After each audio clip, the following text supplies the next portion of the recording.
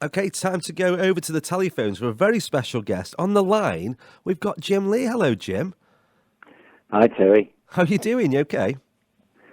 Yes, I'm doing fine. Yeah, well, It's a bit chilly today, though, isn't it? oh, it's terrible. Yeah. Well, we're over in Stoke-on-Trent, which is not far from where you were born, over in Wolverhampton, is it? Yes, it's not that far, but far enough. Yeah. Certainly the accent's changed quite a bit by the time it gets to Stoke-on-Trent, doesn't it? It's getting northern. Yeah, oh, definitely, yeah. It's more brummy over in Wolverhampton. I suppose when you get past Stafford and it starts getting a bit more brummy over there. Yeah, exactly. So you must have been to Stoke a few times in your life. My brother was up in Trentham. He was at Guardian Care in what was the name of the road? Longton Road. Oh, yeah. Right by Trentham Gardens. You turn off there on that island, and it's Longton Road, and he was there. I was up there all the time, visiting him and looking out for him. It was another thing that took a few years out of my life, looking after him. Yeah. And looking out for him. And yes, duck, no duck. Oh, yes, duck. What duck? And it was duck, duck, duck, duck, duck.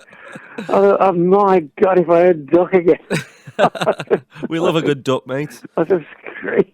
Yeah, you love a good duck. And my mum said it the other day. She said, I'll tell you what, James, I was really vexed.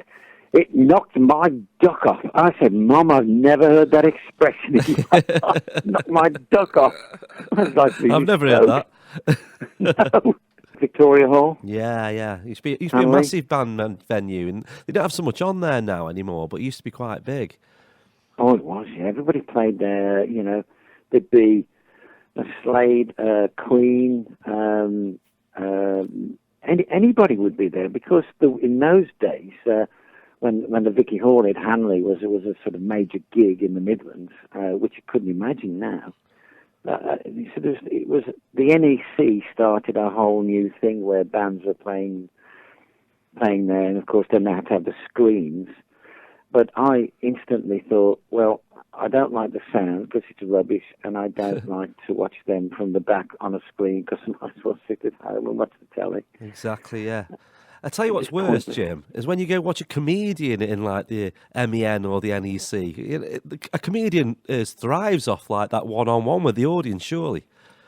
Yes, I'm not a big one for going to watch gigs at all. Never have been, except for in the 60s. I went to, well, there used to be Dave Hill didn't come with us, but there'd been Nod, myself, and Don would go to London to buy clothes, and we'd go and see Jethro Tull at the Marquee, or 10 Years After, or Yes, or I'll tell you, they were great. The Marmalade, they were fantastic. Yeah, quite and a party band. And they had these residencies at the Marquee, and they were brilliant. But it was I think Newman and Baddiel that started off the comedy thing.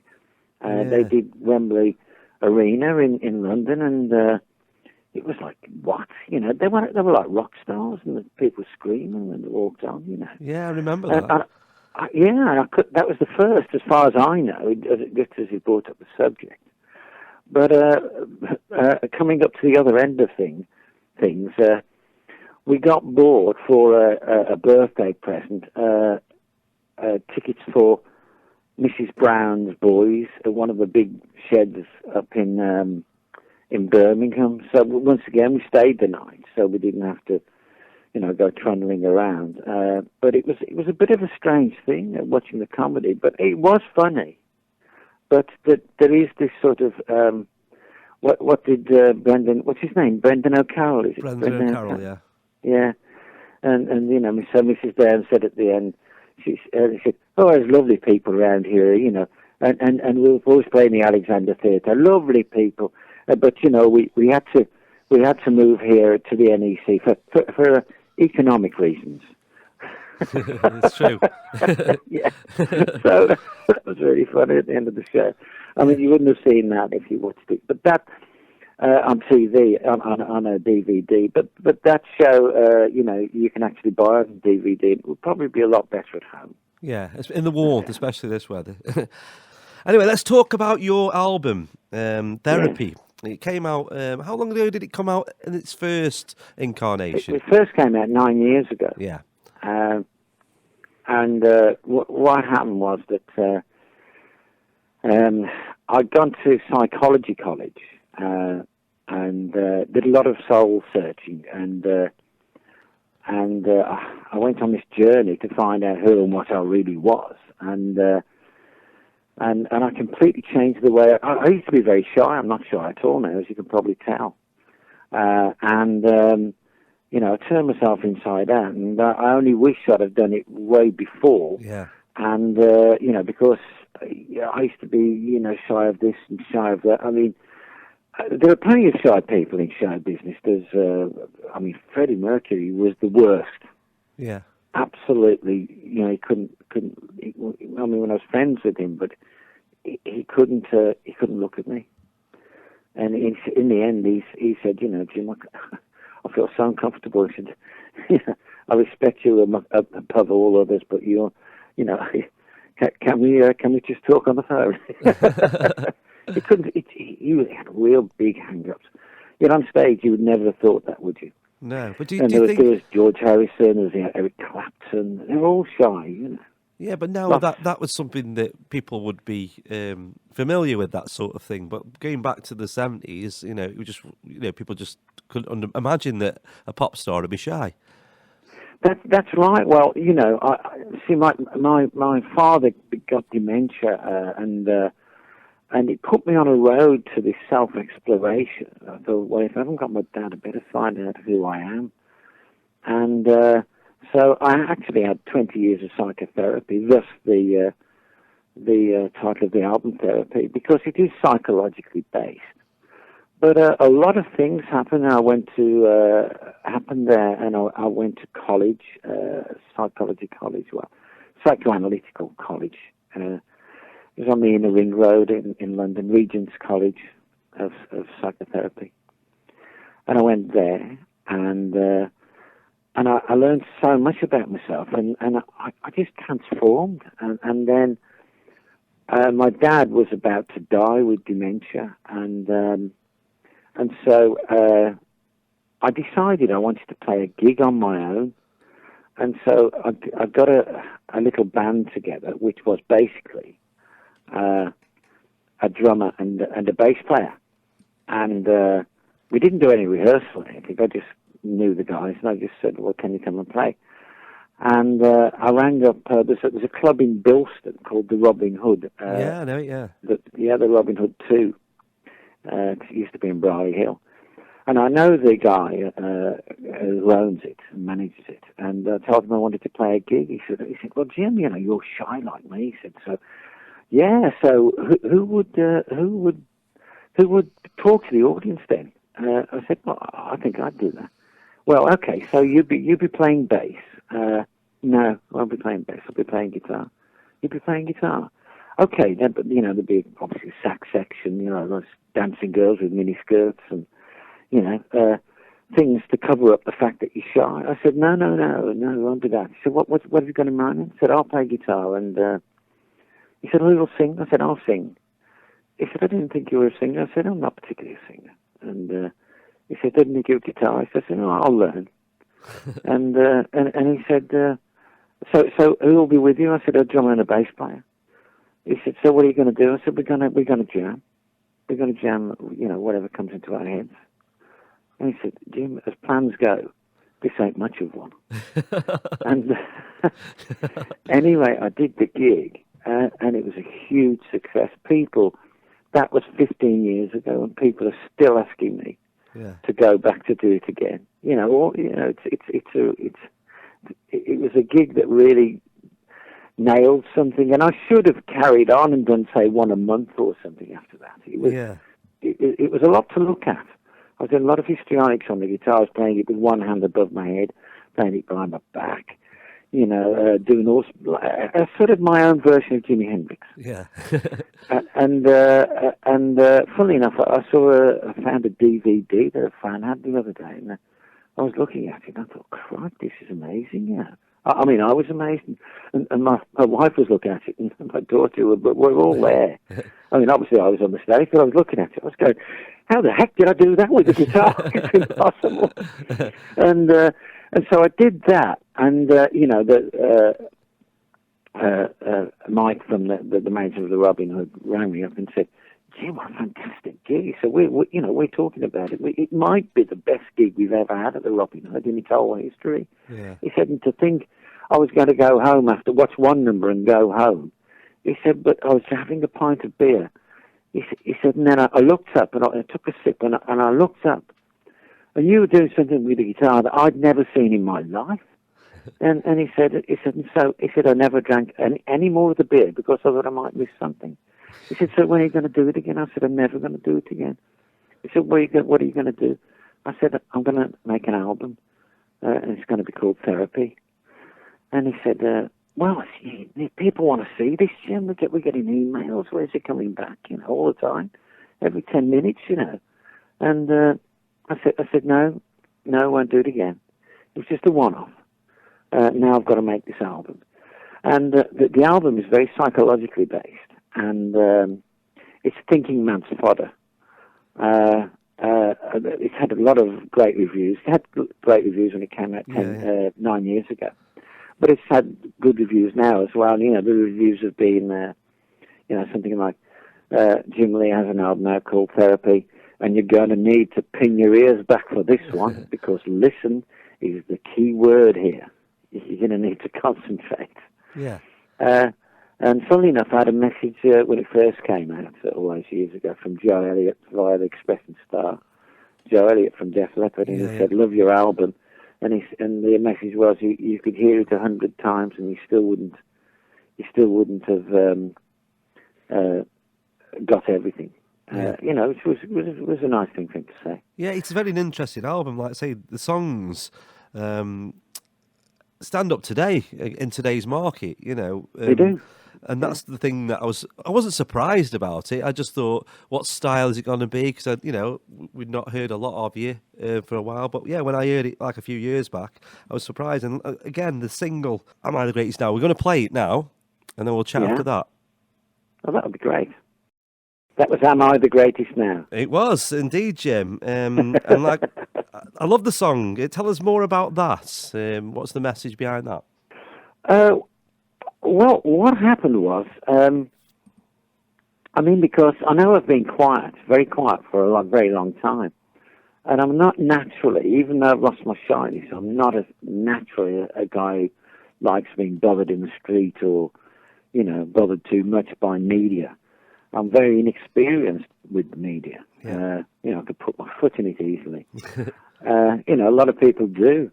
But when the re-release came, I knew what was going to happen. So it was a record company called Wiener World in London, and they've done a lot of stuff. I know it's a strange name for the record company, but they've done a hell of a lot of stuff over the years. They won an award last year for the British Music Awards for the DVD of the year that they released, and so they've done things. And when Freddie Mercury died, unfortunately, Freddie is a mate of mine, and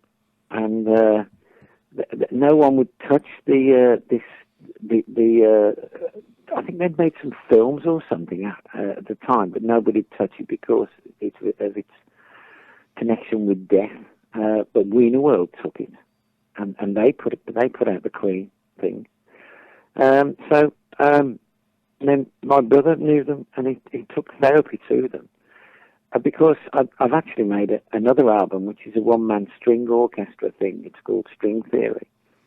And it isn't quite finished yet. I've been making it for the last God knows how many years. Yeah. Because it's never been done. There's never been any such thing been done in the history of the world, as far as I know. No, I don't know. And it's very... therapy is psychologically based, and string theory will be existentially based in what it's like to exist. What are we doing? Are we aware of it? Do we know do we know who and what we are? I'm standing here and I'm alive. Most people never think of that. Think what a privilege it is just to be breathing the air. For sure. That's what that one's about. But with back to what you were saying with the track. Of course, Wiener World wanted to, and my brother took him to therapy. He said, "Well, this is him," and they said, "Hey, we see nothing not to like here." Oh dear, yeah, we're in. And they took it to Midem and thumbs up there, and they said, "Oh, this is great." We haven't had one territory. That's what Midem is. It's like Cannes, the Cannes Film Festival. Oh yeah, for music, yeah. Same thing, but for music. Everybody, Cannes Music Festival. Cannes Film Festival. People go there to do deals with films that haven't got. That's right, yeah. Deals, and they try to get a distribution deal or whatever. It's the same thing. So they went over there, and worldwide they got the thumbs up. So they were really up for it. And they said, "We want to put this out as well as the next one. Can we put this one out?" And my brother said, "Yeah, but it's already been out." And I said, "We don't care about that. Stick some bonus tracks on, and we're up for it." Have you got any bonus tracks? Well, of course I've got tons and tons and tons of stuff that I've recorded. And Am I the Greatest Now was one of them. Yeah. So you're still writing then, that's great. I've never stopped. Oh, I think for songwriters, as far as I'm concerned, songwriters write and then they can never stop. Yeah. You get someone like Roy Wood or Jeff Lynne or, it doesn't matter whether you're putting it out. For me, it became almost like... the starving artist, sort of Van Gogh or someone like that, where he only sold one painting in his lifetime, but he painted like buggery all the time. Yeah. And they reflected his mood at the time, and that's what I've done. So therapy was of its time, but as you said, it is relevant now. It's because our psychological condition doesn't change. No. And also, you've done the vinyl version as well, and that stands in today's market because vinyl is selling so well for the first time in a few years, isn't it? Sorry, what did you say? I missed that last bit. I said that vinyl is outselling downloads at the moment. Oh, outselling, yeah, it is. That's amazing, isn't it? And funnily enough, I did an interview with Johnny Walker on the Sounds of the 70s on the Sunday programme, that he's got. Before Christmas, and I gave him the album, and I said, "Here you are, Johnny." I said, "You can give it away to charity, whatever you want. Do you want me to sign it?" He said, "No, don't sign it." He said, "What a fantastic album cover! It'd ruin it." And I looked at it and I said, "You know what, Johnny? I think you're right. It looks amazing." And of course, to look at this is the original album cover, not the purple one, and it just looks stunning. And it's got this portrait of me that was done years and years and years ago when I was a young man. Yeah, it's a great image. It is, and it just fitted the tone of the album. Yeah. And one review on the album when it first came out was that there's this portrait of Jim when he was younger.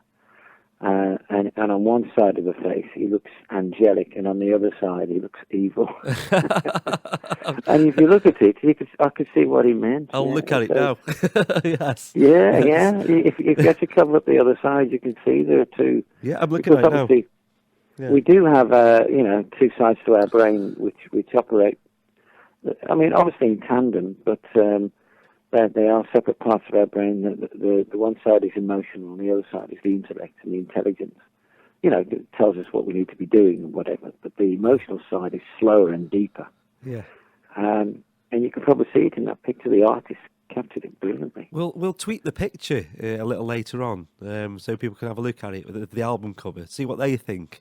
But yeah, it's great to see you still songwriting, Jim, because one of my favourite songs ever. I got married just over 2 years ago now, and my wife now walk down the aisle to Every Day, which is a beautiful song. And again, you've written so many over the years. It's great to see you still doing and nailing it. Yeah, I'm writing all the time. I just got, because there's a big pressure on me in the band because I had to come up with the next one all the time. So when we every time a record got to number one, and we had quite a few, three of them entered the chart at number one. And when we were doing that, I mean, there was a great pressure on me, So everybody be at the Trumpet in Bilston, at the Trumpet pub in Bilston, a lockout, and there'd be steam coming off the optics, and they'd run out of beer, and I'd be looking at it, and I'd just be thinking, where's the next one coming from? I can imagine, yeah. I've got it, and it's like, because there's only thin air.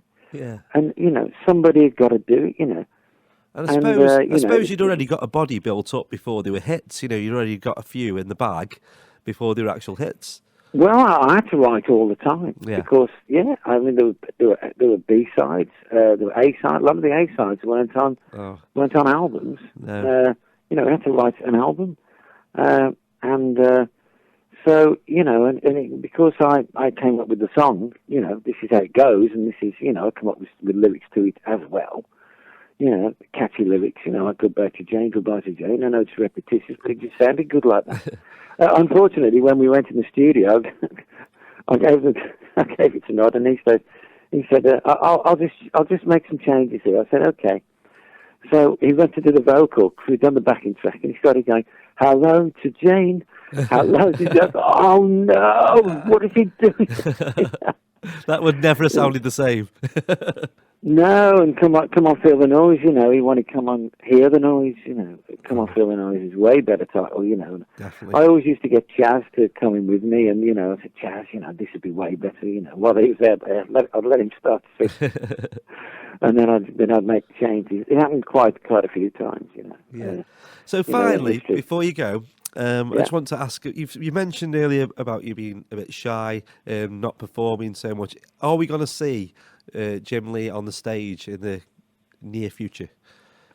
Well, unfortunately, I've got cancer at the moment, and I've got them on this treatment, and it's really knocked me for six. It's affected my brain power. I mean, I would always be in the studio saying, come on, let's do it now. Don't think, do. Yeah. Don't think, do. Come on, let's get on with it. And my brain would be going 10 to a dozen, and I have all these many ideas. But now I just lie on the settee at the back and go to sleep. It's knocked me for six, this treatment has. I should be on it for another year. And then we'll see where I am with it, I may be on it for life, but I'm dreading this, I'm to be like this for life, But we'll see, it was prostate cancer. It didn't spread anywhere else, but, it's high risk. I was very high risk. So, and so that sort of hampered me physically and mentally for now. But hopefully, I'll come off it, this year. And it'll take a year to get back on track. The thing is, you start talking to people in the street, they ask you say, at first they're sort of shocked, but cancer is so common now. Yeah, it's like 1 in 3. Everybody knows what. Yeah, everybody knows somebody or two or three people. Yeah. You can even be sitting around the table and everybody's got it. It's not as unusual as it was at all. And of course, it doesn't kill everyone. A lot of people, they can live with it, and they die with it. It doesn't kill them; something else kills them: stroke, heart attack, whatever. Well, at least you've got time to write. That's one thing, if it keeps you writing and working on other stuff. Yeah, that's absolutely. The positive you can take out of the time, I suppose. Yeah. There is that. I mean, I don't feel like it a lot of the time, but I do mess around every day of my life with something, to do with writing. It's just. I said it in an interview in Mojo magazine. What did I say? She said the woman who interviewed me, who was very nice. She said, and the last question, can you tell me something you've never told anyone else? And I said, yes, I'm like a shark. Once I started writing, I had to keep writing. And like a shark has to keep moving, I have to keep writing. It keeps me alive. And it's like that. Yeah. If I didn't write, I wouldn't know what to do with my life. it's what keeps me going. Yeah. So there's no shortage of material. Oh, well, we look forward to hearing more. But Therapy, like I say, it's out again now in the vinyl version. The song that we love, we just heard, again, you can get that. You can download that and everything now, can't you? Am I the Greatest? Yes, you can download it, yeah. Well, Jim, you're a legend. Thank you very much for spending some time on the phone this afternoon. All right, Terry? You take care. Thank you. Okay, bye.